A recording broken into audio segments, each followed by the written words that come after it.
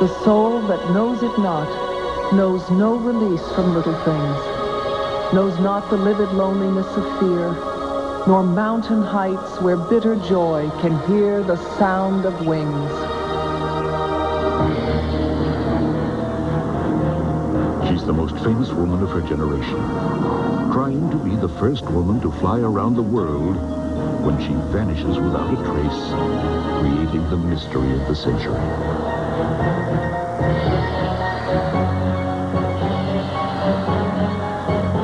Amelia Earhart. Was she really a spy? Her disappearance a ruse? Did she live on under an assumed identity? I am not a mystery woman. I am not Amelia Earhart. Was she captured and executed by the Japanese? Or did she die hidden away somewhere? 50 years after her disappearance, a search team travels to a remote, forbidding island to unravel the mystery and finally tell the untold story, what really happened to Amelia Earhart.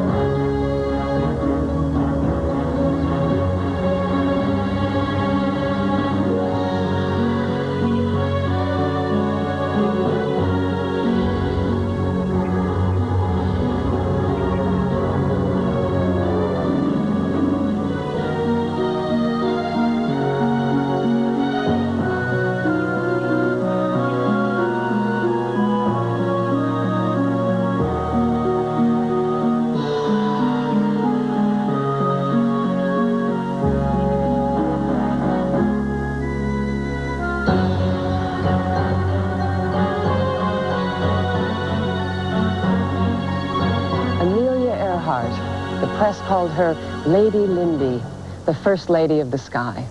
And she remains to this day the world's most famous woman flyer. But behind the fame was a modest girl from Kansas who just wanted to fly. The farther, the faster, the better.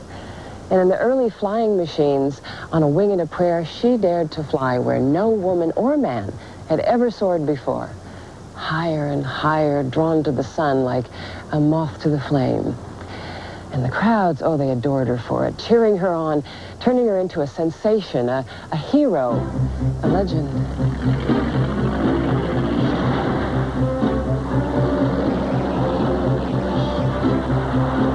In an age when flying is new and young and dangerous and dominated by men, Amelia Earhart sets record after record. Speed records, altitude records, distance records. The first woman to fly the Atlantic, the first woman to fly the Pacific. I believe that women have as much courage as men. She pushes frontiers back on the ground as well. She pens best-selling books, becomes an editor for Cosmopolitan, launches an airline, a luggage line, and a fashion line. She even has a dance named after her. To a nation mired in the Great Depression, Amelia Earhart is like a tonic.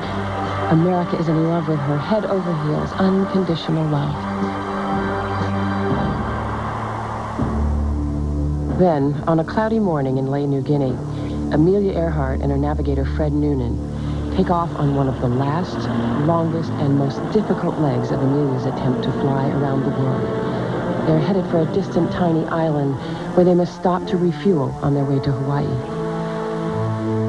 On Howland Island, the U.S. has rushed to complete a landing strip in time for Amelia's flight, and the U.S. Coast Guard cutter Itasca is standing by to guide her in. In the radio room, they anxiously await Amelia's calls. The radio men type out their logs. Itasca to Earhart, phone 3105. Heard Earhart plane, but unreadable through static.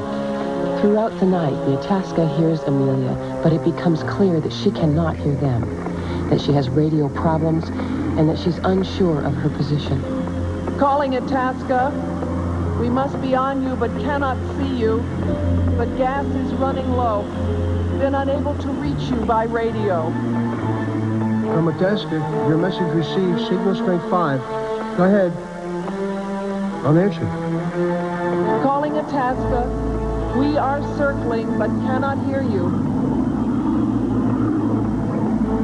The sailors on the Itasca scan the skies, but no sign of Amelia. The Itasca starts making smoke to help guide her in, putting a black plume into the sky, visible for 10 miles, but still no word that she spotted them. Then, at 20 hours and 14 minutes into the flight. Itasca, we are on the line 157337. We'll repeat message. We will repeat, north and south. This on 6210 kilocycles. Wait, we are running online. The Itasca does not hear Amelia again. After repeated attempts to raise her, she is presumed down, missing, leaving nothing but crackling radio messages fading into the ether. Most people couldn't believe it, wouldn't believe it, that this hero had just fallen from the sky without a trace. Many people today still don't believe it.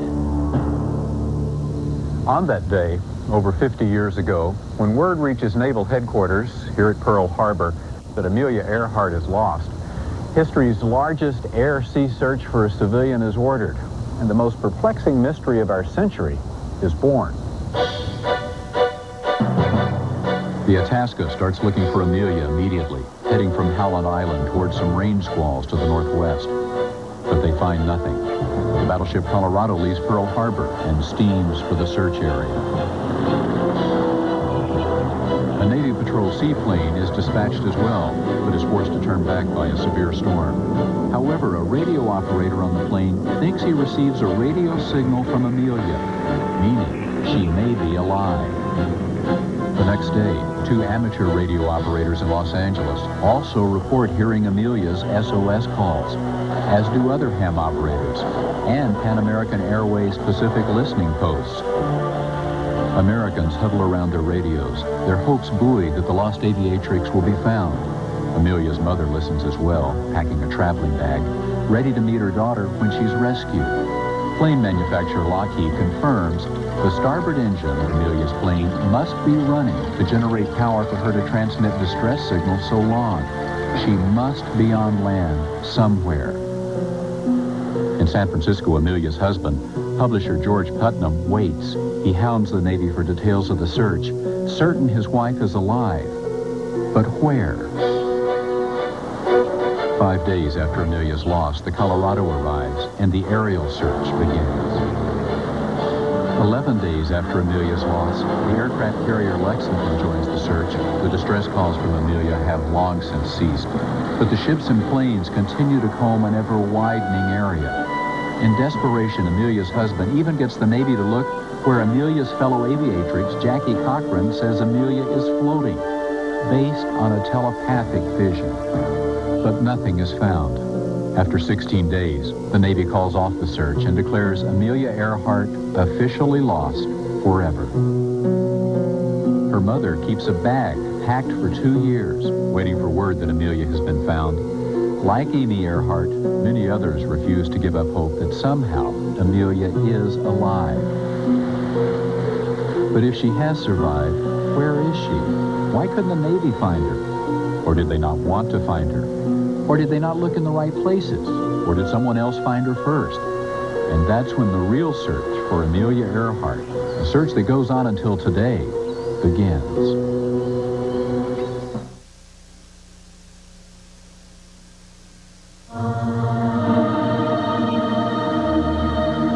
This whole business is certainly a royal pain.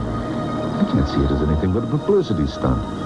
Even if she'd been successful, what would have been proven except that she was the first woman to fly around the world? Letter to home from Lieutenant William Short, search pilot USS Colorado. Perhaps Lieutenant Short was right. Perhaps Amelia's round-the-world flight was a useless stunt, but she didn't see it that way. Being the first to fly the highest, the fastest, the longest, it was in Amelia's blood. It was something she had to do, a compulsion. She was always reaching for the sun, almost as if she were trying to escape the world into which she'd been born. Thousands of years ago, I was born in Atchison, Kansas. My parents didn't live there, but my grandparents did.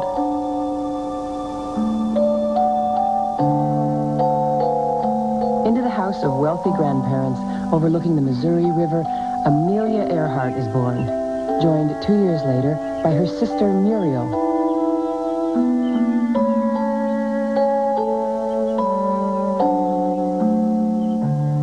the turn of the century, and the world is full of new possibilities. Henry Ford is manufacturing a horseless carriage he calls the Model T. An amazing new contraption called the gramophone can bring Enrico Caruso right into the parlors of Atchison. And in 1903, when Amelia is just 6, the Wright brothers do the impossible. They prove that man can fly. Amelia and Muriel grow up as tomboys, and not surprisingly, they want to fly as well. Inspired by a visit to the St. Louis World's Fair, they build a backyard roller coaster.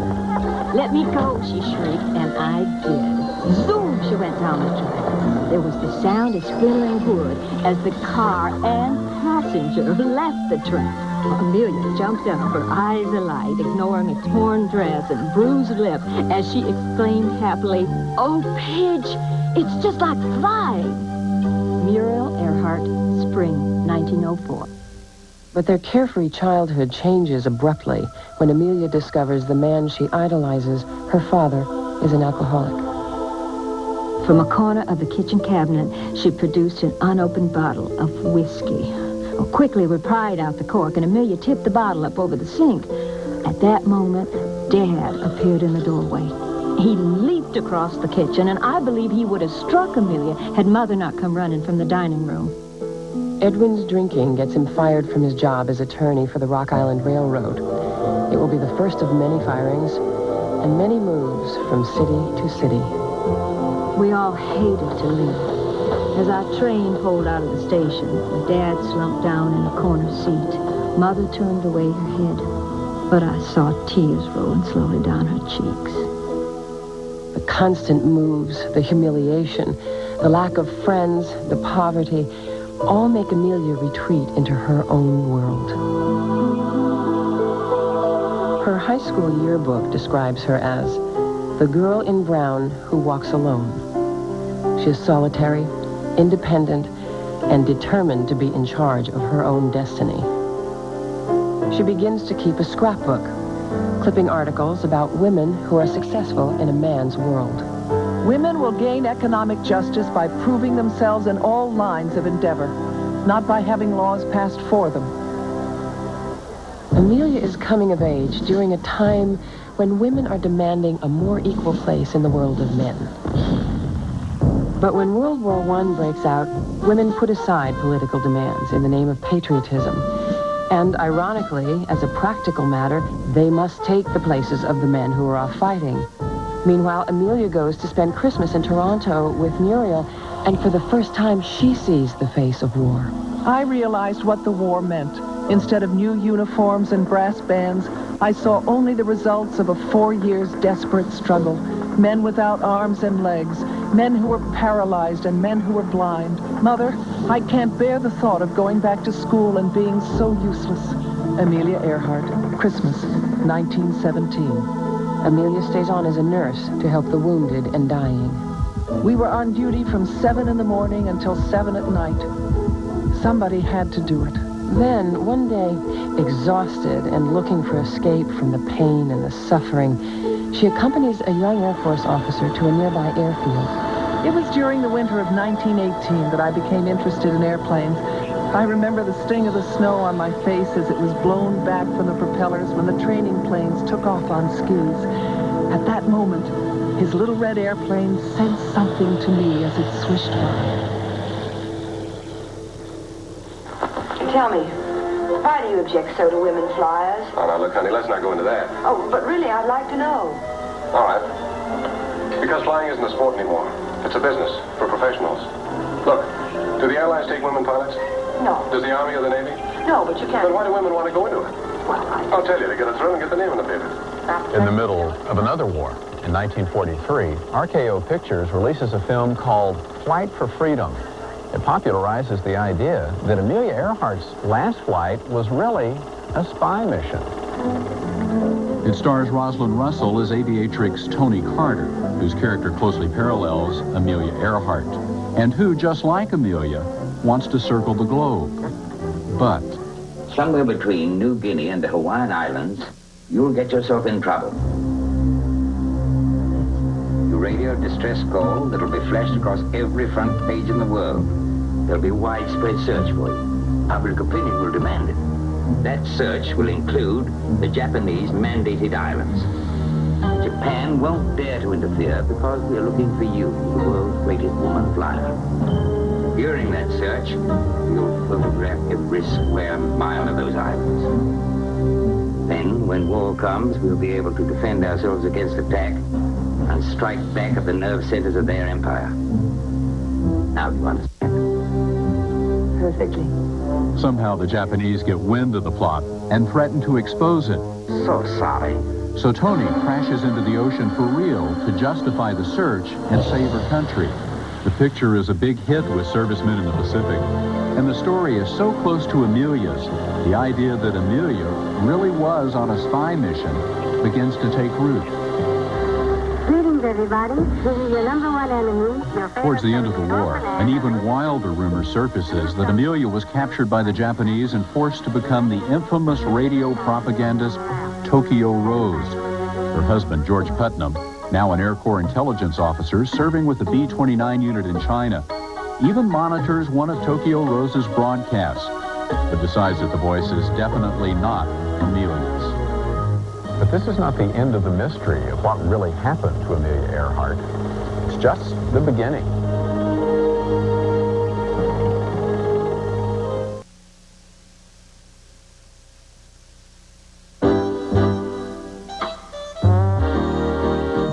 As the 20s roar forward, anything goes and everything seems possible. The sacrifices of World War I are displaced by a new sense of personal freedom, and women are leading the charge, breaking out of their social confinement to do everything men do, including piloting airplanes. Amelia Earhart wants to be one of those women. She's moved to Los Angeles with her family, but her eyes are fixed on the skies. And on a chilly day in January, she goes to a small grass airfield and finds a pilot selling rides in a barnstorming biplane. Well, she pays her $10. She goes up and over the ocean and comes back changed forever. I think I'd like to learn to fly, I told the family casually that evening, knowing full well I'd die if I didn't. Amelia Earhart, summer, 1920. Her on sight. I like the way she stated her objective. I want to fly. Will you teach me? Nita Snook, flying instructor. Amelia had to dress the part of a pilot now, and this called for a leather jacket, an old leather jacket. Much to the family's amusement, she wore the shiny leather coat around the house and garden for several days to get the new look off. She even admitted that she slept in it one night to give it some authentic wrinkles. Mariette Earhart. Amelia works at the phone company to help pay for her flying lessons. And on her 24th birthday, she borrows money from her mother and her sister to buy her own plane, a Kinner Airster. Her flight instructor recalls one particular day. On takeoff, Amelia's Airster wasn't gaining altitude fast enough to clear a grove of eucalyptus trees at the end of the runway. To nose down for more flying speed meant slamming into those trees, and to pull up meant a stall. Well, Amelia pulled up. I would have done the same. And the plane hit the ground. The prop was broken and the landing gear damaged. This was Amelia's first crash. But even crashing cannot stop Amelia. She keeps right on flying, and even sets her first record, the first woman to fly at an altitude of 14,000 feet.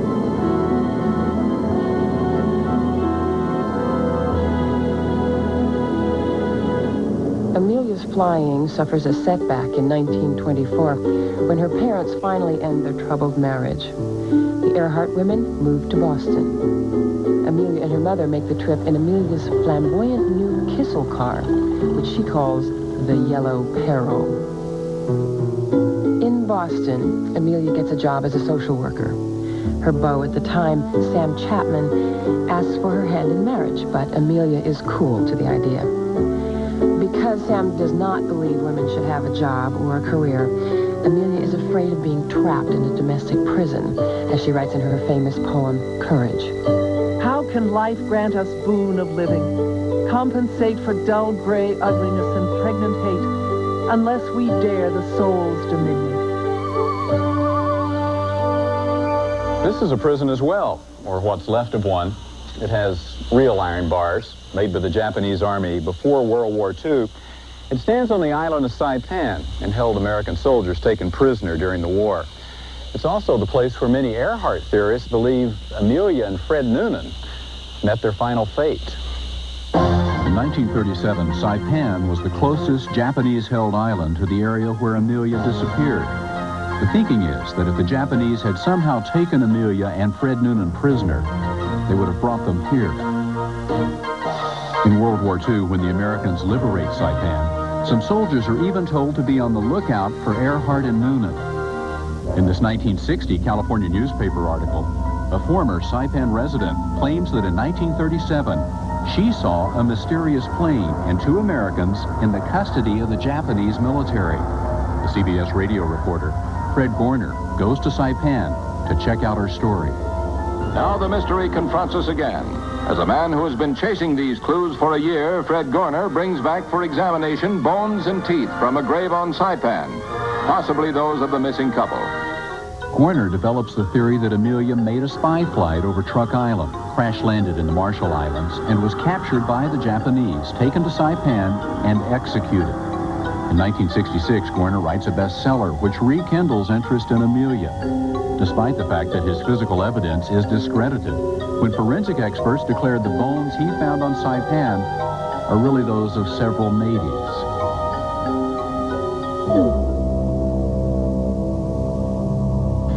This is Aslito Airfield on Saipan. It's now abandoned and overgrown, but when the U.S. liberated this island in 1944, Army Sergeant Thomas Devine claimed to have seen Amelia's aircraft here on 3 separate occasions. Once in a hangar under Marine Guard, once up in the sky, and finally, as it was being torched. I did see the plane on 3 occasions, and the last time it was in flames.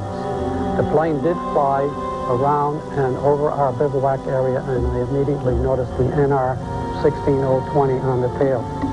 Devine brought this story to light only after he had accompanied Fred Gorner to Saipan in 1964 to show him where he claimed Amelia was buried, and they found nothing.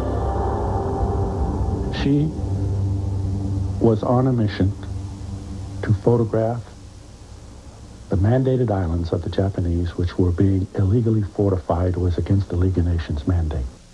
Joe Jervis is an ex-Air Force major who not only thinks Amelia flew a spy mission, but that she survived it as well. And I looked at her straight in the face, and I knew who it was, just like that. In 1970, he wrote a book claiming a woman he spotted at one of his lectures was actually the missing aviatrix. The idea that Amelia is alive and living in New Jersey becomes a tabloid sensation, but not with the woman who is supposed to be Amelia, Irene Bolam. It's a fantastic story which makes me out to be some kind of a mystery woman who is undoubtedly Amelia Earhart is utter nonsense. I am not a mystery woman. I am not Amelia Earhart. A comparison with Amelia's pilot's license does indicate physical differences. Ms. Bolam sues the publisher of Amelia Earhart Lives, and a second edition is never published.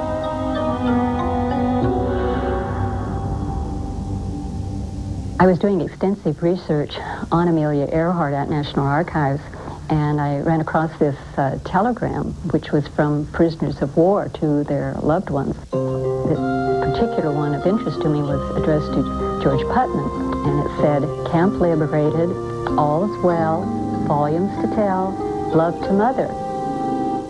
The telegram is unsigned, but it's sent to George Putnam at this address in North Hollywood. This is where Amelia and Putnam lived when she began her round-the-world flight.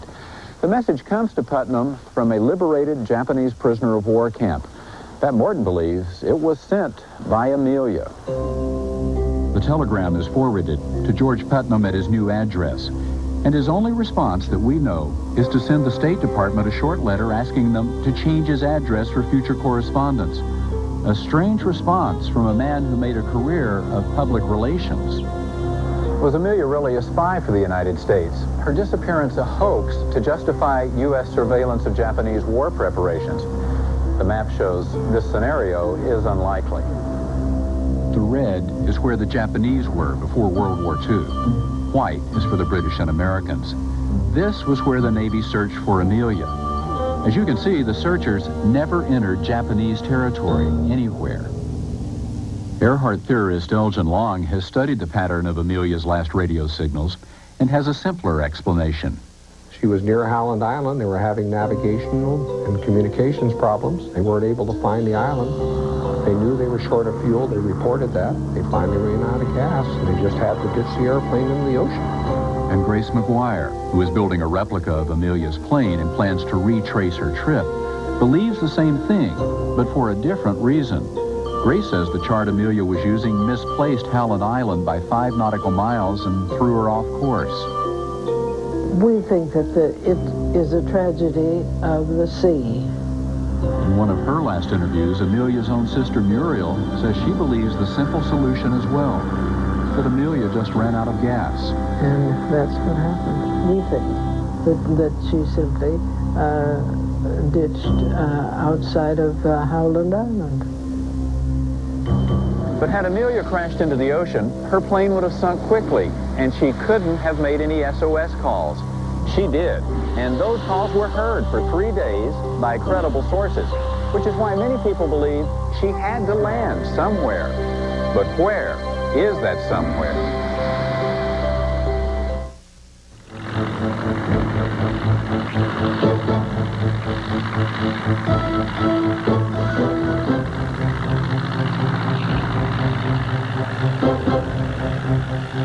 May 21st, 1927, Charles Lindbergh electrifies the world by flying the Atlantic alone.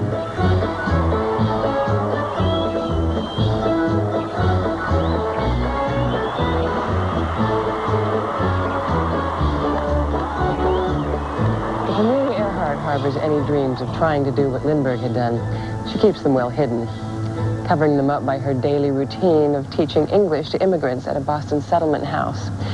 But then, a year after Lindy's famous flight, she gets a phone call out of the blue asking her if she'd be interested in being the first woman to cross the Atlantic by air. Publisher-promoter George Putnam is behind the offer. Putnam is part of a venture with a wealthy socialite, Mrs. Frederick Guest, who wants to be the first woman to cross the Atlantic by air. They buy a plane and hire 2 male pilots to do the flying. But 20 people have already died making this crossing. And at the last minute, Mrs. Guest gets cold feet and bows out. Putnam must now find another woman willing to make the trip, which leads him to Amelia. He tells her she'll just be a passenger and won't be paid, but Amelia still finds the offer irresistible.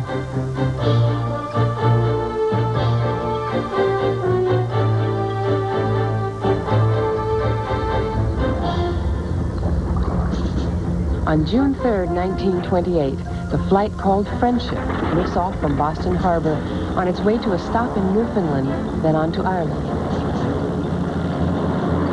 Putnam has asked Amelia to keep a log so she can later write a book about the trip, which he will publish. 1,096 miles out, a night of stars. The exhausts send out glowing meteors. How marvelous is the machine and the mind that made it. The flight becomes lost, and Amelia drops a note on a passing ship, hoping they'll paint her position on the deck, but the note misses. Instrument flying, 5,000 now, awfully wet. Water dripping in window, port motor coughing. Bill opens her wide to try to clear. Radio is dead. Gas is vanishing fast. Out of the mists, a blue shadow. It is land. Amelia and the Friendship land at Buryport, Wales. And from that moment on, Amelia will never be the same. 20 hours and 40 minutes. That's how long it took to make Amelia Earhart a star. She was just a passenger. She hadn't flown the plane, she said. She was just a sack of potatoes. But no one pays any attention. The roar of the crowd drowns out her modesty. It's Amelia Earhart, the woman who dares the skies, who became the hero that day. What nobody noticed amidst the joyous celebration was that they completely missed Ireland, their intended destination, and were lucky to reach land before the gas ran out. Air navigation over open ocean was extremely difficult back then. Unlike over land, there weren't any road maps you could follow, and there weren't enough radio beacons to tell you where you were. Amelia, on her final flight in an Electra, like this one, had to cover 2,500 miles of ocean and find tiny Howland Island, all without any visual references, no islands, no radio beacons. There weren't even any ships to guide her. Amelia chose Fred Noonan as her navigator because he was one of the few who could navigate this ocean under such difficult circumstances. Noonan knew the Pacific well. He had helped pioneer Pacific navigation with Pan American Airways and was navigator on the inaugural flight of their famous Clipper service. Inside the Electra, Noonan would have plotted their course at a navigation table back here near the tail of the plane. Amelia, of course, would have been flying from up front in the cockpit. To talk with her, Noonan would have had to climb over several gas tanks that would have been here blocking the fuselage. Normal conversation was impossible because of the roar of the engines. So to communicate, they devised a system using a fishing pole to pass notes back and forth. Noonan would have had two ways to figure their position over open ocean. One was a bubble octant to sight on the sun and stars, but not much good on a cloudy day. The other method was called dead reckoning, a system using compass readings, speed, and time. But dead reckoning would only give Noonan a rough idea of how close they might be to Howland Island. Rough because the winds aloft might have blown them off course without them even knowing it. Normally, however, dead reckoning would be close enough because the Electra had a radio direction finding system on board, which would help them home in on signals from the cutter Itasca. The radio gear was here up front with Amelia, but it didn't work, or she couldn't make it work at the critical moment. At which point, Noonan would have followed what was standard procedure of the day for any navigator. When I was learning navigation in 1943 in World War II, my instructor told me that Noonan had turned the wrong way on the sun line, and that's how the Earhart and Noonan disappearance occurred. I think what he did is what most of us would do. He knew one thing: if he goes southeast and stays southeast, no matter what happens, he's going to hit land. Tom Willey and Tom Gannon are both retired military airmen who studied Earhart's last flight using standard navigation procedures of 1937. They say Noonan would have taken a sun sight at dawn and plotted a line of position. Once they had flown far enough and didn't find Howland Island, Noonan knew it would be somewhere on this line. The problem is, Noonan isn't sure if he's north or south of Howland Island, so he isn't sure which way to turn on the line. To the north, there's nothing but open ocean. To the south, there's the islands of the Phoenix Group, one of the closest being Gardner Island. Gannon and Willey believe their fellow navigator turned south. Convinced they had found something, but unable to check it out on their own, Tom Gannon sent a letter to Tiger, an acronym for the International Group for Historic Aircraft Recovery. It's a nonprofit organization located here in Wilmington, Delaware, dedicated to finding and preserving historic aircraft. Among their projects, searching for the French plane that tried to cross the Atlantic 2 weeks before Lindbergh, and resurrecting an intact B-17 in New Guinea. Tiger's leader is Rick Gillespie, a former aircraft accident investigator turned airplane archaeologist. At first I was cool to the idea of getting involved in the Earhart mystery. But Willey and Gannon came here and made a presentation to us. And based on what they said, I thought there might be something to it. So we decided to look into it further, and that's when the real work started. Gillespie comes here to the Smithsonian to study the logs from the original 1937 search for Amelia. We were able to document that the winds at the time were out of the northeast, which would blow her south of course down toward the Phoenix Islands. The radio man aboard the Itasca said that her last transmission was, "We are on the line of position 157337, running on the line." That's the line that runs down to Gardner Island. So if she flew south on this line, she would have ended up at Gardner, right where Willey and Gannon said she would. Is there any evidence that Amelia actually landed on Gardner Island? During Gillespie's investigation, the Smithsonian shows him this snapshot taken in the South Pacific after World War II. The plane is a Lockheed 10 Electra, like Amelia's. It looks like it's on a Pacific island. But is it Amelia's plane? And is the island Gardner Island?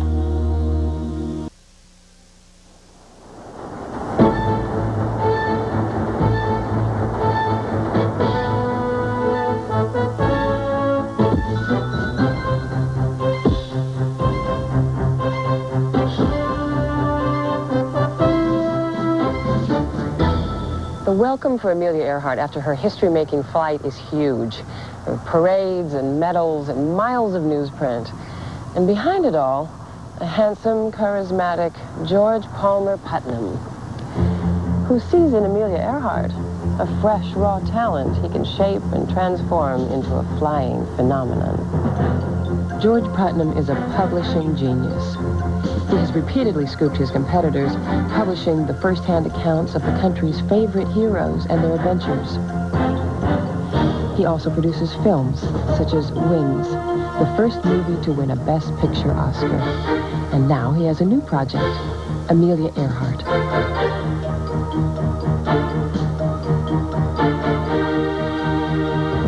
He moves her into his house in Rye, New York, so she can write a book about her Atlantic flight.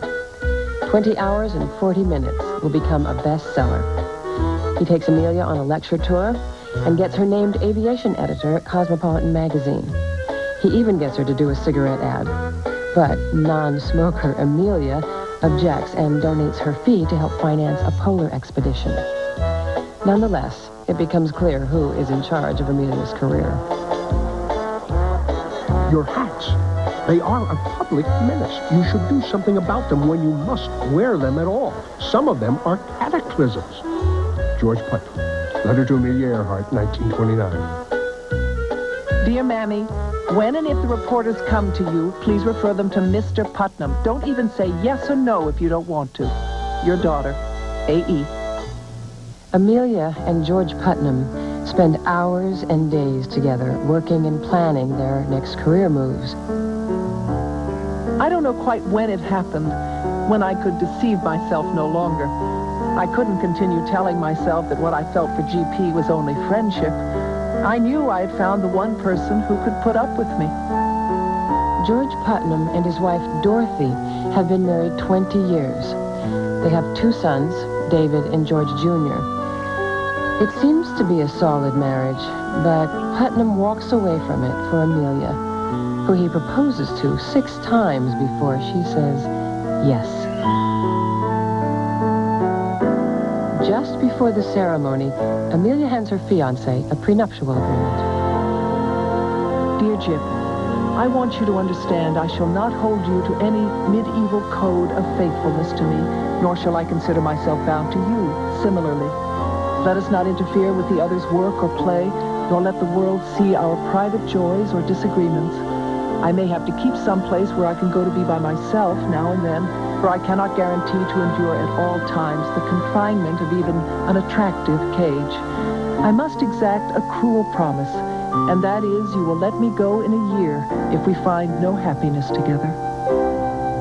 Putnam agrees to the terms, and the wedding proceeds. But there's no time for a honeymoon. George returns to work, and Amelia goes off flying. However, marriage is something Amelia obviously takes to. Dear Mother, I am much happier than I expected I could ever be in that state. I believe the whole thing was for the best. Of course, I go on in the same way as before as far as business is concerned. I haven't changed at all, and will only be busier, I suppose. Everyone should jump at least once. Although she seems uncomfortable at times, Amelia goes along with the endless parade of stunts which Putnam concocts for her, knowing fame is the price she must pay to raise money to fund her flying adventures.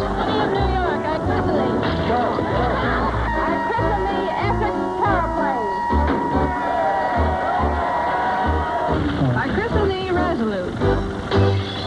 Get better every time. Amelia helps organize a woman's flying group, the 99s, and becomes its first president. She challenges women to fly faster planes with larger engines and buys a fast, powerful new plane herself, the Lockheed Vega.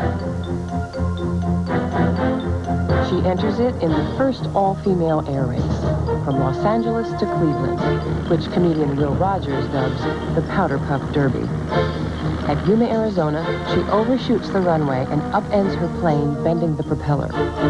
She goes on to Cleveland and makes a bad landing and finishes third. Putnam comes to her defense, blaming Lockheed for the mishaps. Still, questions arise about her flying abilities.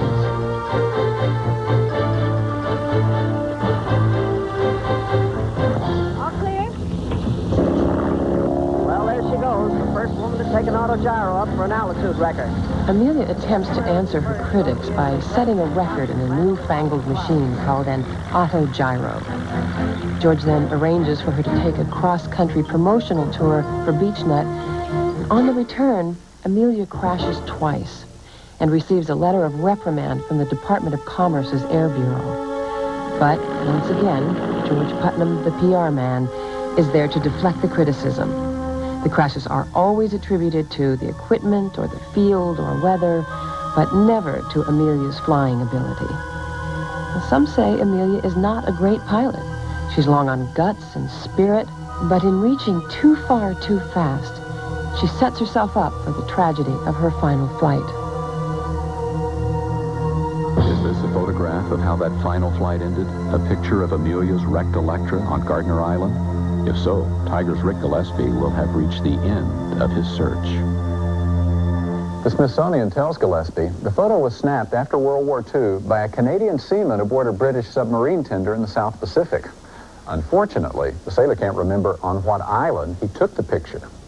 So we checked the logs of the HMS Adamant and found it had cruised a part of the Pacific nowhere near Howland Island, Amelia's final destination. Tiger also had the photo examined by photo enhancement experts. What they were able to tell is that the engines on this airplane are different from Amelia's. They're the engines of a Lockheed 10A, not a 10E. This was not Amelia's airplane. Plus, it's obvious this plane would not have been in shape for Amelia to send distress calls for 3 days. And those distress calls became the next clue in Tiger's search for her plane. These distress calls were heard by Pan Am Pacific listening posts like the one that used to be here at Makapu Point in Hawaii. Tiger uncovered a long-forgotten memo from Pan Am confirming that 3 of its radio stations, Midway, Wake, and Hawaii, received Amelia's distress signals and were able to determine the direction they were coming from. Those lines intersect in the Phoenix Islands area in the vicinity of Gardner Island. The very same island the navigators told Gillespie Amelia would have flown to. But if Amelia had indeed flown to Gardner and landed there, why didn't the Navy search planes find her when they flew over just 7 days later? When the Navy search pilots flew over the island, they didn't see an airplane, which is what they were looking for. It's possible they did see Amelia and didn't know it. The official report of the Colorado's senior aviator, Lieutenant Lambrick, contains this passage. Here, signs of recent habitation were clearly visible. What Lieutenant Lambrick didn't know, could not have known, was that at the time, Gardner Island was completely uninhabited. He should not have seen any signs of life.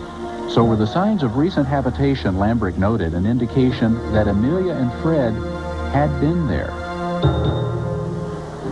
The question is enough for Tiger to assemble a team of volunteers and $200,000 in contributions to find out. They charter a boat out of Sulu, Fiji, and set sail for the remote, uninhabited Gardner Island, where they hope to finally solve the mystery of what happened to Amelia Earhart. He who tries and fails may in himself be a greater hero than is the one for whom the band plays, Amelia Earhart. Amelia Earhart never believed she deserved the fame she received for being the first woman to fly the Atlantic. You see, just going as a passenger wasn't good enough for Amelia. She still had something to prove to herself. Now, at breakfast one morning, she tells her husband she wants to make a second trip across the ocean. This time, there will be no question as to who is flying the plane because Amelia will go it alone. I think I'm ready for a transatlantic hop. On May 20th, 1932, exactly 5 years after Lindbergh's flight, Amelia Earhart lifts off across the Atlantic, bound for Paris. My last 2 hours were the hardest. My exhaust manifold was vibrating very badly, and then I turned on the reserve tanks and found the gauge was leaking. I decided I should come down at the very nearest place, wherever it was. The very nearest place was Ireland. Amelia's personal account of her landing is preserved to this day by the company which recorded it over half of a century ago. This time it was reported that I'd killed a cow on landing. I didn't kill a cow on landing, unless one died of fright. I taxied up to the farmer's front yard, and it's perfectly true, I did ask for a glass of water, and when I called out of the cockpit, it wasn't fair to ask an Irishman for water, because I must have presented a dreadful turn. I had oil all over my face, and, I was just horribly dreadful. Once again, Amelia doesn't reach her intended goal, Paris, but no one seems to care.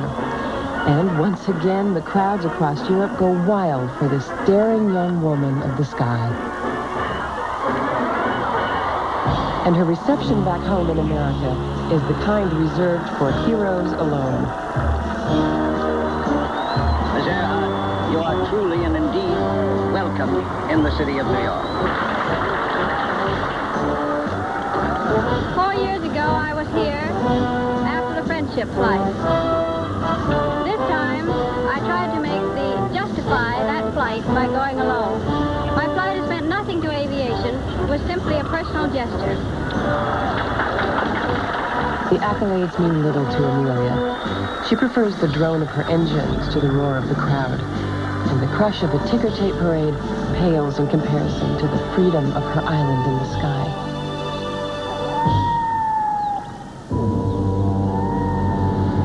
"57 years later, a ship approaches a different sort of island, equally as isolated and mythical. The Tiger expedition comes here to search for the place where Amelia Earhart's plane fell out of the sky. Gardner Island, born 5,000 years ago, the top of an extinct volcano. It's mostly sand and coral, about 3.5 miles long. It's so remote it can only be reached by ship. It's uninhabited, has little rainfall, and 120-degree heat year-round. Not a nice place to live or to die. Civilization and death first touched Gardner in 1929 when the SS Norwich City was tossed onto its reef during a violent storm. 11 sailors were killed. In December 1938, a year after Amelia was lost, the British tried to establish a colony with Gilbertese natives, but eventually they were driven away by the searing heat and lack of water. It was the Gilbertese who changed the island's name from Gardner to Nicomaroro, named after the legendary home of a goddess with fair skin who was said to haunt the island. The first search here for Amelia Earhart is recorded by one of the team members on home video.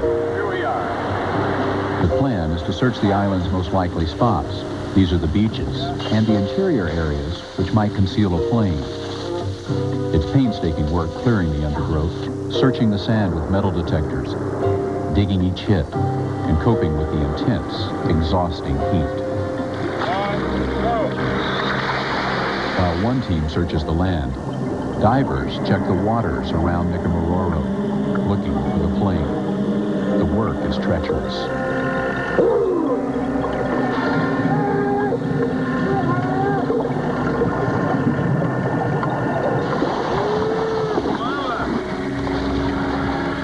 Despite the danger, the divers continue to search, but it becomes clear the underwater slope is too steep to hold a plane. It would have sank well into depths too deep to dive. After 18 grueling days, Gillespie's Tiger team has little to show for hours of back-breaking work searching the island. As the time approaches to leave, it looks as if they've come up empty-handed. With time running short, the team searches the abandoned village for a final time. One object they had noted in the first days on the island had been dismissed as unimportant, But on closer examination, it looks like it could hold some interest as an artifact. The front of this has been cut out. There was also a face on it. This box was all one piece. 2 days later, the Tiger team leaves Nicomororo, tired and disappointed. The metal box might be from a plane, but is it Amelia's plane? As the forbidding island vanishes in their wake, there are more questions to be answered.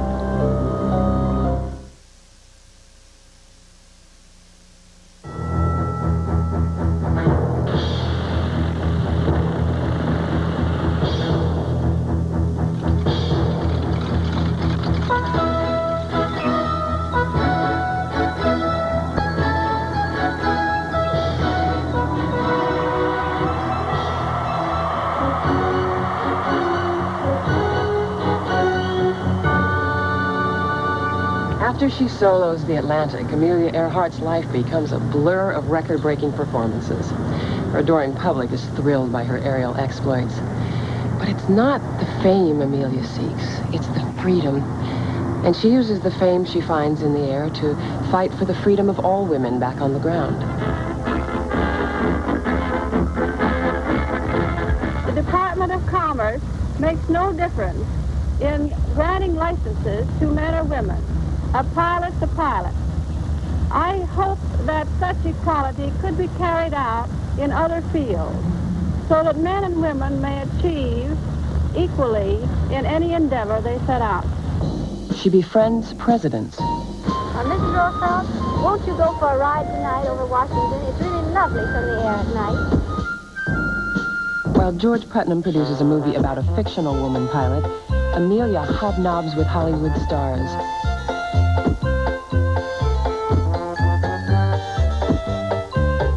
Amelia enjoys her fame and glory, but the world of aviation is passing her by. Her star is fading, her records are being eclipsed. She needs desperately to get back into the heady stratosphere as America's top female pilot. She needs something big, something special, and something daring. Amelia Earhart Putnam, only woman to fly the Atlantic, is going to hop over the Pacific, but is keeping it a secret. If any of her sex can make it, Amelia's the girl. When she packs her plane aboard a ship to Hawaii, her plan is clear: to be the first to fly solo across the Pacific. A $10,000 prize is put up by island businessmen. 13 pilots have already died attempting the flight.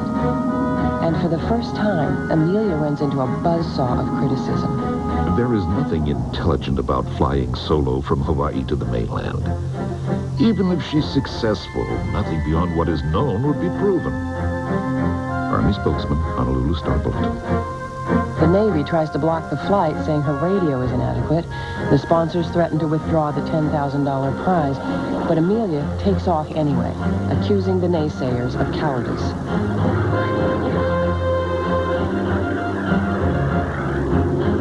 When she lands in Oakland, she's greeted like a heroine, the First Lady of the Sky once again.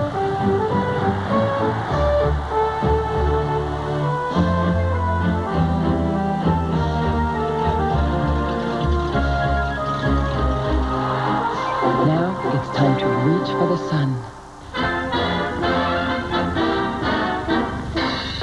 A new plane for the First Lady of the Air. Amelia Earhart lands and tells all. This new Lockheed comes to me as a realization of a dream. It's a real flying laboratory equipped with the latest of instruments. And I hope to accomplish something really worthwhile in aviation scientifically. The Lockheed 10E Electra, named after a long-lost star. Amelia has become an instructor at Purdue, and a donation allows her to buy this powerful twin-engine plane that can take her across continents and over oceans. On the voyage home, over the last ocean Amelia crossed, a question keeps nagging at Gillespie. If all the evidence points to Amelia's Electra landing on Nicomororo, why is the only aircraft evidence they found an aluminum box that might not even be from her plane?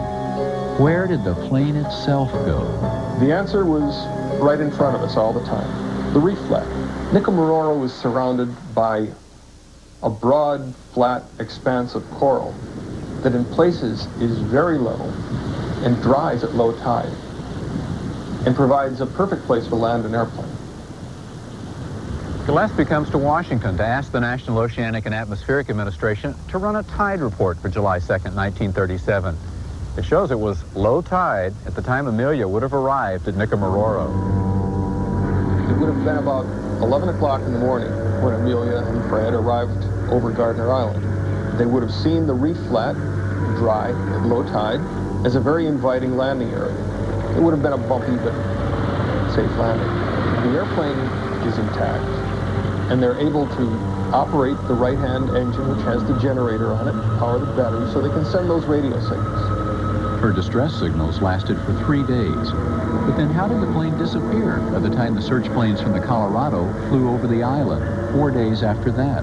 It's about a 4-foot tide at Nicomororo. That would be barely enough to float that airplane, and over a period of days, may well have pulled the airplane out and over the edge of the reef. Once that happened, it would sink into water way too deep for our divers to explore, leaving only a survival camp on the island. Gillespie reasons Amelia and Fred would have salvaged what they could from the plane and set up some sort of survival camp on shore. Then why wouldn't they have been able to signal the passing search plane? After 7 days on that island, 120-degree heat, no fresh water, scarce rainfall, whether they would have been in any shape to wave to an airplane or not is a matter of conjecture. They could have very well been dead already. August 25th, 1990. Tiger receives a letter from Dick Evans, who was stationed at a Coast Guard Loran installation on Nicomororo during World War II. Well, we're always looking for something to do, so one day we decided to go over and look on the windward side of the island where we never went. So we're walking along there, up from the beach a little bit, and we found this water collector hid. Slanted down so the water would run down over one corner into this tank. A couple weeks later, or whatever it was, we got to talking to the natives about it, what was it there for, and they didn't know anything about it. The story was interesting, but Tiger wanted independent verification. To get it, unbeknownst to Evans, Tiger tracks down another member of the Coast Guard unit he claims was with him that day. They videotape Herb Moffett at his home and find the stories match up. It seems there were remnants of what could have been a survival camp on Nicomororo, apparently by the reef flat where Amelia's plane could have landed. Gillespie checks the files and finds no reports of any other aircraft missing in the area, leading him to suspect the survival camp must be Amelia and Fred's. The most interesting thing about this water collection device he saw and sketched for us is that it bears an amazing resemblance to one of the fuel tanks out of the fuselage of Earhart's airplane. Another item Amelia and Fred might have salvaged from the plane for survival camp could have been the box Tiger found on Nicomororo. If Gillespie can just prove it came from her plane, he might at long last have found the final resting place of Amelia Earhart.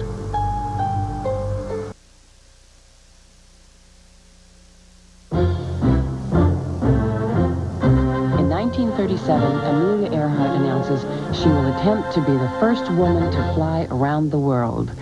But storms are gathering on the horizon, which threaten the chances of her flight. The storms of war. Hitler and Mussolini have Europe in a panic. The U.S. Navy is called to Shanghai to evacuate all Americans as the Japanese prepare to attack China. While in Washington, President Roosevelt signs a neutrality bill trying to keep America out of the growing conflict. But Amelia will not be stopped. She owns the skies. She's achieved every record, every accolade, every prize a woman pilot could possibly dream of, except for one: to become the first woman to fly around the world. Contemplated course covers about 27,000 miles. It will be the first flight, if successful, which approximates the equator. Amelia's plan is to circle the globe east to west, Oakland to Hawaii, then to Howland Island and on across the Pacific. She plans to do as much as she can solo, but needs help crossing the Pacific. Paul Mance will co-pilot to Hawaii. Fred Noonan will navigate the difficult leg to Howland Island and get off there. Harry Manning, chief navigator, will be the last to leave when she is safely on the other side of the ocean. Well, Captain Manning, are you set? I'm ready this moment. 17th, 1937, Amelia Earhart takes off from Oakland Airport for Hawaii on the first leg of her round-the-world flight. Her graceful, silvery bird chasing the sun into the western sky.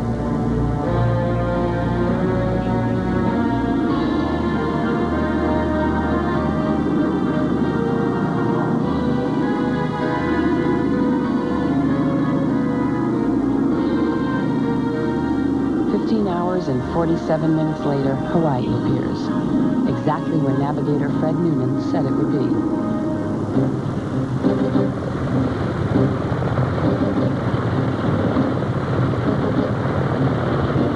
On the takeoff for the next leg to Howland Island, Amelia's plane, overloaded with fuel for the 2,000-mile journey, crashes.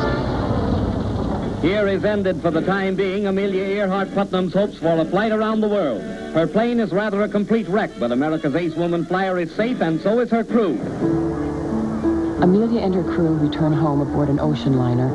The broken plane will be shipped after them, but Amelia refuses to give up her dream. I have perfect faith in my equipment and hope to carry on the original plans as soon as the plane is repaired. A shaken Harry Manning quits and hands over his navigation equipment to Fred Noonan. It is said that Manning was annoyed with what he termed Amelia's bullheadedness and her lack of navigation skills. He felt she hired Fred Noonan because he was a happy-go-lucky Irishman who wouldn't challenge her. Noonan has his own reasons for accepting. The rumor at the time is that he was fired as chief navigator for Pan Am because of excessive drinking. Nonetheless, Amelia now asks Noonan to be her navigator for the entire second attempt. They must rush. The Electra is being repaired and ready. Amelia has reversed her flight plan to beat the weather, and Putnam is hurrying them to return by the 4th of July for promotional reasons. Lockheed Workman have done so well repairing the plane that I hope to hop off again the latter part of May. George and Amelia are not rich and have invested all their savings in the flight. But George hopes to raise money by selling souvenir mail covers Amelia will carry with her. Mom, very confidentially, I may hop off in a few days. I'm going to try to beat the newspapers so you don't know nothing. The press is kept in the dark about the departure date to avoid a repeat of the public embarrassment of the Hawaii crash. Amelia flies to Oakland with the excuse that she's picking up the mail covers. From there, she flies to Miami on what is billed as a shakedown flight. After landing safely, now she announces she's already started her second attempt to fly around the world. How about taking me along?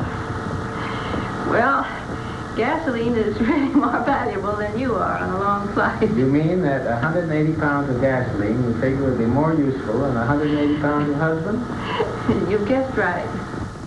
Amelia tells a reporter off the record that she only has one good flight left in her, and this is it. When she returns, she'll give up long-distance stunt flying forever.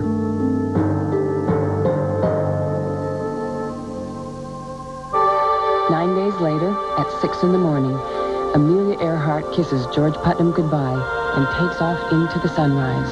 Around the globe eastward this time, and luck to you, young lady. The shadows of clouds are like giant flowers dark on the green sea. Curtains of rain clouds aloft, sea and sky are indistinguishable. While Amelia pilots the plane, Fred Noonan, at his navigation station in the back, consults one of his 6 navigation reference books. He's already checking the course for their next landfall, San Juan, Puerto Rico. In a moment, perhaps he'll put the book back into a bookcase about the size of a bread box.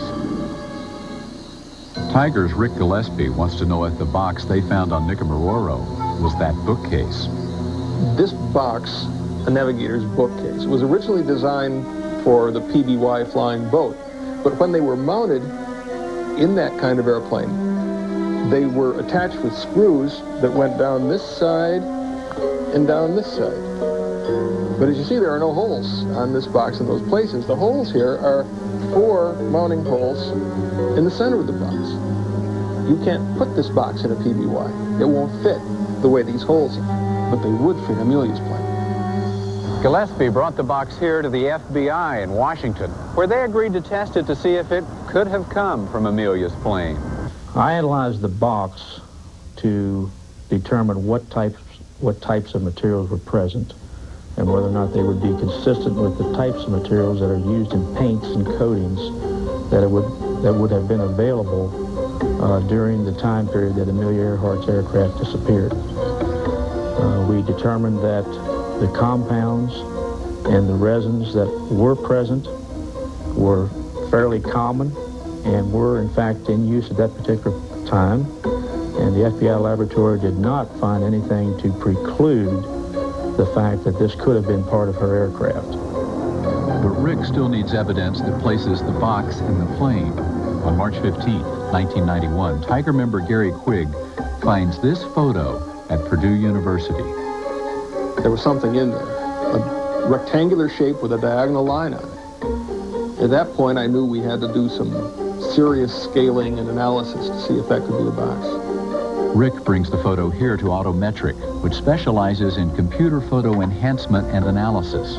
We're definitely looking at a rectangular object somewhere near the navigator's table in the cargo bay of the Lockheed 10E that is approximately the right size to be the box that was found on the island in terms of width, height, and depth. Unfortunately, there are not enough identifiable features in the photograph itself to say that that is definitively the box. However, the cumulative evidence remains strong that the box is from Amelia's plane. And that's enough to get Rick Gillespie to plan Tiger's return to Nicamororo. See what additional pieces to the puzzle still lay hidden there.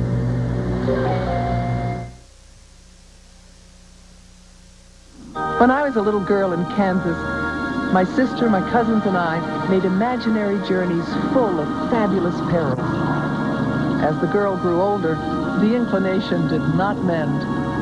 Indeed, as flying brought far places closer, the horizon and what lay beyond it gained added lure. Amelia Earhart from her book, Last Flight. On the first day of June in 1937, Amelia Earhart succumbs once again to the allure of distant horizons. Flying east into the rising sun, chasing her dream to fly around the world. Amelia keeps a log of her journey and sends daily reports back to the New York Herald Tribune. Just crossing the equator, 6,000 feet, sun brilliant, little lamb clouds below, ahead, dark ones. Fred had plotted an appropriate ceremony, himself officiating as an aerial King Neptune. But at the time we were both so occupied, he quite forgot to dunk me with a thermos bottle of cold water. Amelia's a grand person. She is the only woman flyer I would care to make such an expedition with, because in addition to being a fine companion and pilot, she can take the hardship as well as a man, and work like one. Fred Noonan, letter to his wife. They must make the trip in short hops, and they have to land frequently wherever they can, mostly on primitive dirt fields, and grab what little sleep they can while the plane is being readied for the next leg. Amelia takes pictures of the sights, but has little time to enjoy them. We're always pushing through, hurrying on our long way, trying to get to some other place instead of enjoying the place we already got to. We're impatient about a day's delay. That's because that lost day's flying might see us across a continent or an ocean. Covering oceans and continents, they spend long hours in a cramped space. The drone of the engines is deafening. Gas fumes in plane from fueling made me sick again this morning after starting. Stomach getting weak, I guess. As always, I broadcast my position by voice each half hour. Whether it was heard at all or understood if heard, perhaps I'll never know. At Karachi, the radio and some of the instruments start acting up, and the weather turns ugly.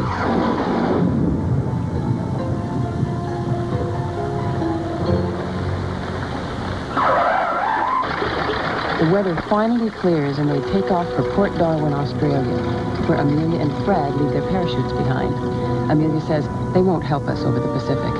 After a flight of 7 hours and 43 minutes from Port Darwin, against headwinds, as usual, my Electra now rests on the shores of the Pacific.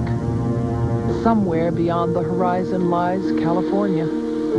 22,000 miles have been covered so far. There are 7,000 more to go. At Lane, New Guinea, Amelia Earhart stares at the sunrise on that distant horizon, aware of how difficult and dangerous those remaining miles are, and how she must once again try to reach Howland Island. 54 years later, Rick Gillespie assembles his team of volunteers for Tiger's return to a different island, Nikumaroro. Some are new, some veterans of the first expedition. They're a diverse group, an airline pilot from Pennsylvania, a dairy farmer from Minnesota, a weather system specialist from San Francisco, a physician from Fort Worth, a telephone lineman from Kansas, a history student from New Jersey, a library assistant from Oakland, a businessman from Northern California. Ordinary people with an extraordinary goal, to solve a mystery that has eluded us so long. They have three objectives. One team will search the beach, where 47 years ago Coast Guardman Evans saw a possible survival camp. A second team will excavate a grave on a remote part of the island, where a Gilbertese story tells of laborers who, a year and a half after Earhart disappeared, found a woman's skeleton wearing size 9 American shoes. And while the teams are working ashore, Tiger has hired Oceaneering International to search the ocean depths for Amelia's plane. Oceaneering is an underwater search and salvage company that's brought in for the toughest jobs. They found critical pieces of the Space Shuttle Challenger, and they found a cargo door in the Pacific near Hawaii that had blown off a 747 in flight. When we left to look for Amelia Earhart's aircraft, we were confident that we could find it, because our motto is that if we can't find it, it ain't lost. On Nikumaroro, Oceaneering will be using a side-scan sonar, known as a fish. The device is towed behind a ship and pulses the ocean floor with sound waves, producing a reflected picture of objects below. This is the image that you can get from side-scanning sonar. You get an initial contact. We've zoomed this picture up, made it larger. We've got a sailing vessel. It's in 2,500 feet of water. You can see the bow here, the stern here, the outline of the hull, and the mast coming off from the hull. For this expedition, Tiger has chartered the research vessel Lacania. And in late September 1991, 2 years of preparations come together in Hawaii as team members, technicians, and tons of equipment are loaded aboard for the 2,000-mile voyage to Nikumaroro. The price tag for this expedition is nearly $500,000 raised from private contributions and loans. For Rick Gillespie and for Tiger, there is much at stake. At sunset on October 1st, Acania casts off and leaves civilization behind. Far over the southern horizon, the island sleeps undisturbed since Tiger was last there.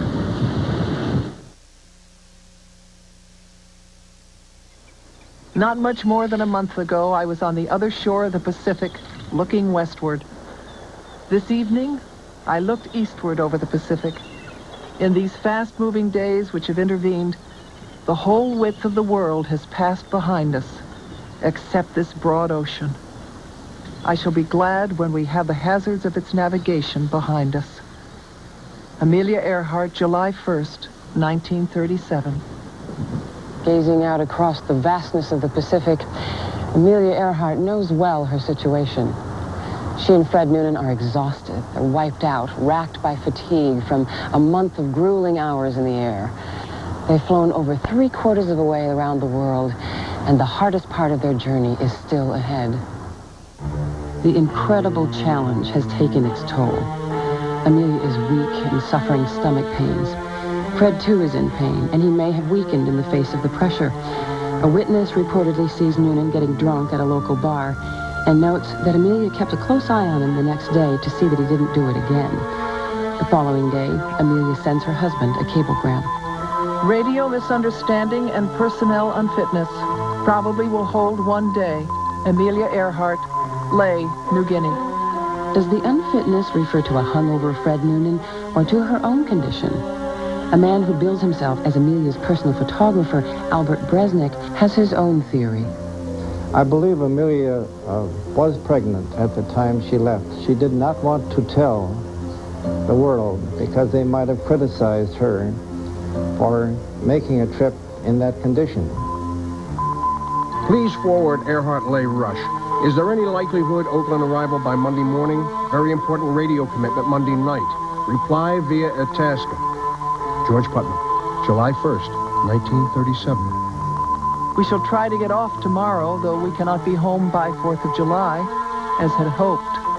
Amelia Earhart, Lay, New Guinea. They must stay on Lay until Fred can get an accurate time check for navigation. Amelia goes up briefly to check out her radio direction finder. It doesn't work. She also has problems with her radio, but she sloughs the problems off. Then, on July 2nd, 1937, Fred gets his time check. And at exactly 10 a.m., without waiting for a weather report, Amelia throttles up and takes off for the last time, never to be seen again.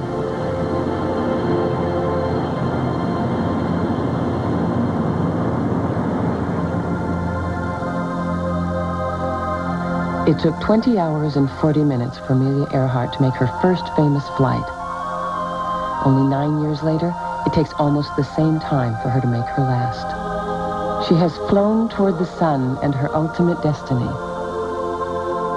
Courage is the price that life exacts for granting peace. Oh, Pidge, it's just like flying. I remember the sting of the snow on my face as it was blown back from the propeller. Thousands of years ago, I was born, and Atchis' little red airplane said something to me. We were on duty from 7 in the morning until 7. Mother, I can't bear the thought of going back to school. Somebody had to do it. I think I'd like to learn how marvelous is a machine. I must exact a pool of little lamb clouds, a head dark from little things, the sound of wings.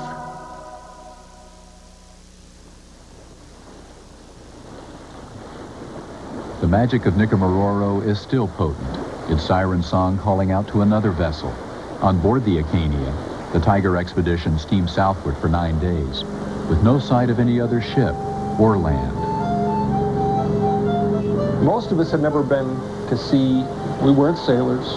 There's a lethargy that you fall into out there of not doing anything and not wanting to do anything. You felt almost suspended in time and in space, so that when the island finally did appear, it's not like you reached the place by having traveled a distance. It's like you had simply put in your time, and it was now time for the island to appear. The expedition finally arrives at the island on October 9th. Like Ron said, it's right where we left it. Tiger wastes no time getting to work. The voyage has taken longer than expected. And now the team has only 10 days left to accomplish their objectives. They start to move the gear ashore, but a surprise awaits them on the beach. Huge waves have destroyed old structures since their last visit. We couldn't believe it. Things that had been standing for 50 years were either damaged or just gone. And this is the place we thought was so timeless and unchanging. Let's get all hands set to clearing out the path. For the next 2 days, the team builds trails, moves equipment ashore, and sets up their island base. The bush is nearly impenetrable in places, yet pathways must be cleared. Chainsaws overheat and seize in the 120-degree temperature, and workers drink a quart of water an hour to avoid dehydration. People think that expeditions are romantic adventures, but what expeditions mostly consist of is carrying heavy, awkward objects over difficult terrain in uncomfortable weather. It's not very romantic. All right, let's take it forward nice and slow. By day 3, search operations are underway both on land and at sea. Oceaneering sonar picks up what might be a promising contact, but it's too close to the reef for the robotic camera. A team member volunteers to check it out with scuba gear, but it's too deep for a lone diver, and Gillespie vetoes the dive for safety reasons. The archaeological evacuation of the grave proceeds with meticulous care, 10 centimeters at a time. The island's only inhabitants watch the strange invaders, but pay them little heed. Soon these people will be gone, like all the others before.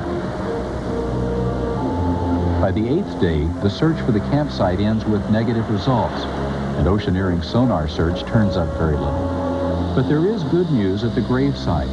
Dr. Tommy Love has found an American-made shoe heel nearby, and further searching has turned up the remnants of what appear to be a size 9 woman's shoe.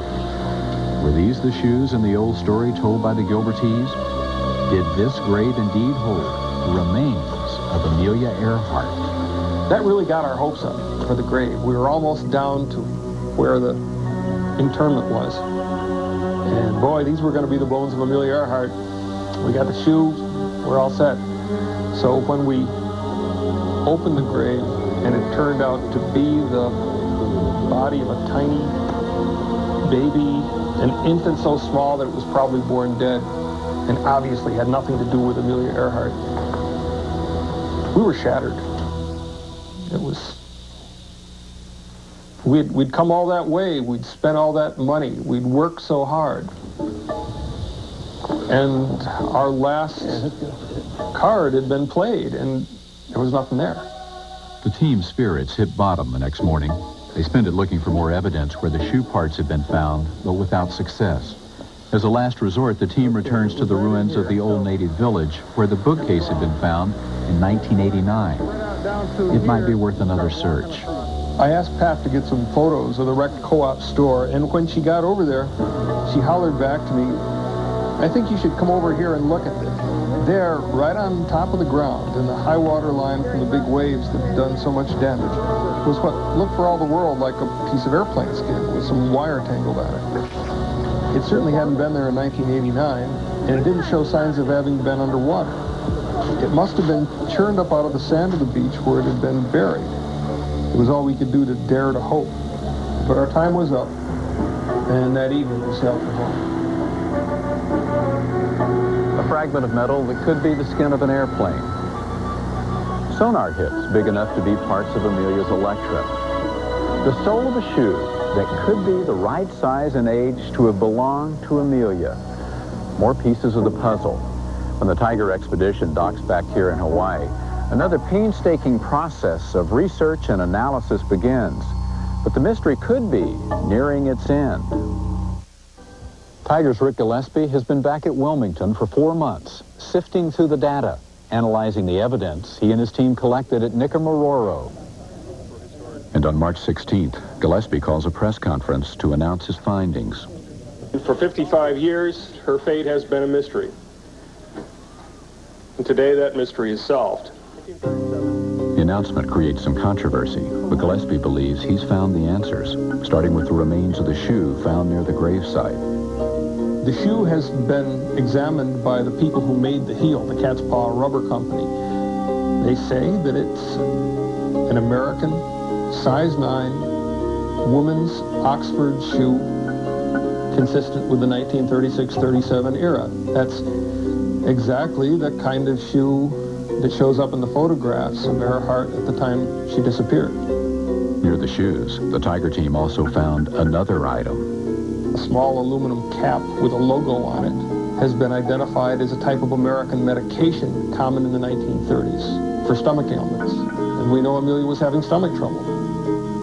Gillespie believes the most conclusive evidence is the artifact found near the old native village.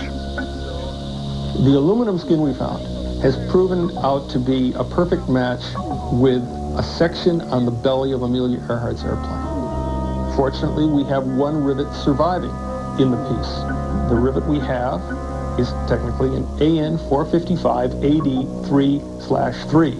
That's exactly the rivet that should be in that particular section under the belly of Earhart's aircraft. The traces of manufacturer's labeling we have on this piece are clear enough so that we can identify the lettering style.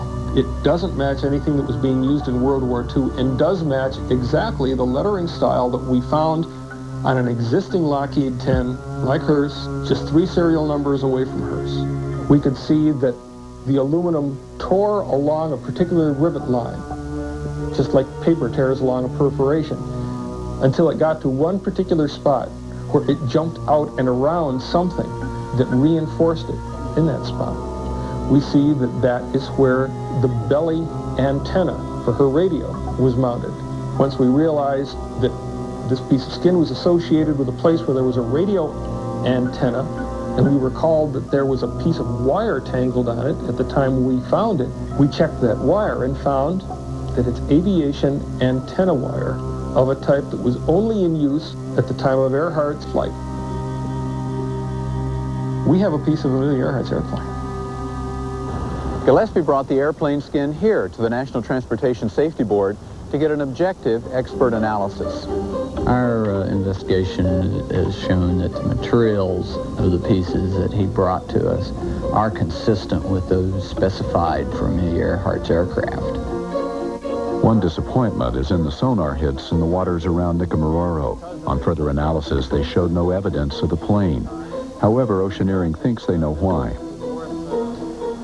Big swells that are likely to have come in within a few days after she disappeared would have smashed the plane up against the coral in the beach and broken it up. That's the likely scenario, I think, at this point. Once the airplane was destroyed, Earhart and Noonan would have been literally marooned on a desert island. How long could they survive?